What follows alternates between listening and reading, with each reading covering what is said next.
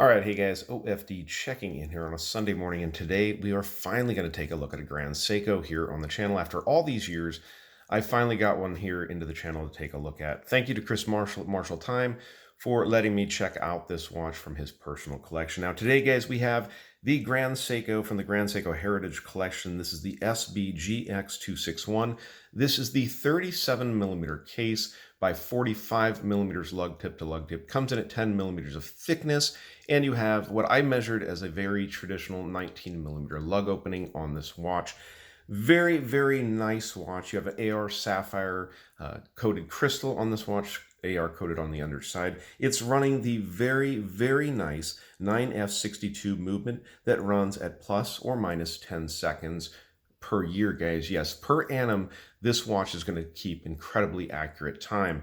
Now, we're going to get it up here in front of the camera in just a second to take a look at it, but I want to answer a question that many people may have out there, and that's about this being a quartz watch. Now, if you guys aren't familiar with Seiko and what Seiko's done over the years, Seiko was actually the first manufacturer to bring a quartz watch to us to be able to wear. And I'm not talking about a battery-powered watch. I'm talking about the quartz movement itself, the pulse of the quartz crystal.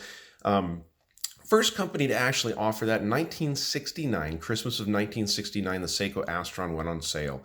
And so this company is really steeped in history with the quartz movement, what they've done with Seiko. My very first Seiko was a quartz, and it actually prompted, I know a lot of the Swiss manufacturers were looking at quartz movements back in the day.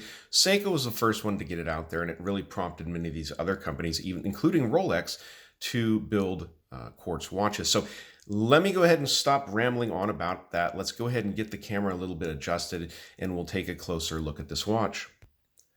All right, guys, so up here in front of the camera a little closer, this beautiful Grand Seiko. Now, very simple and clean, classic styling on this watch with these Dauphine-style hands, I do believe those are called. You have the applied indices all the way around that are beautifully polished out.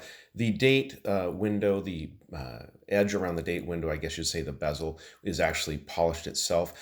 Very, very clean watch, 37 millimeters, as I said, from side to side, make it wear really good for a man or a woman if you wanted to try this out. It's just a spectacularly done watch. Now, Grand Seiko, one of the things you're always going to remember about them is the polishing and the finishing work on the case. This watch is absolutely incredible. Starting up here at the top on this polished bezel, you guys can see it's done incredibly well.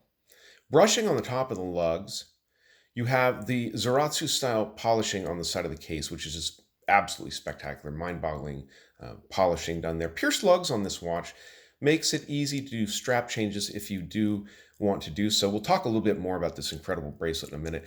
Polishing goes onto the side of the bracelet, brushing on top. You do have a signed crown, the Grand Seiko logo there on the crown of the watch. Flipping it over, we'll go ahead and open this up. Looking at the triple clasp mechanism, you have the Grand Seiko logo there. And on the back, you have that lion there on the back. I do believe, I can't quite read it there behind the camera, but I do believe these are 100 meters of water resistance. Of course, solid lug work you would expect on a watch of this caliber. The buckle and everything on there is done so well, just absolutely spectacular. Locks up very, very nice.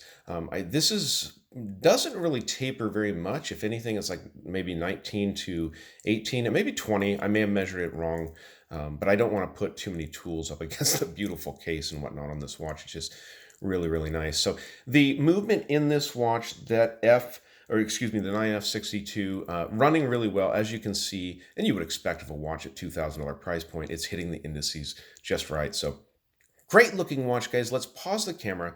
Let's get this watch on my 7-inch wrist. And unfortunately, there's no lume, so we're not going to go out with a lume shot, but let's get this watch on the wrist.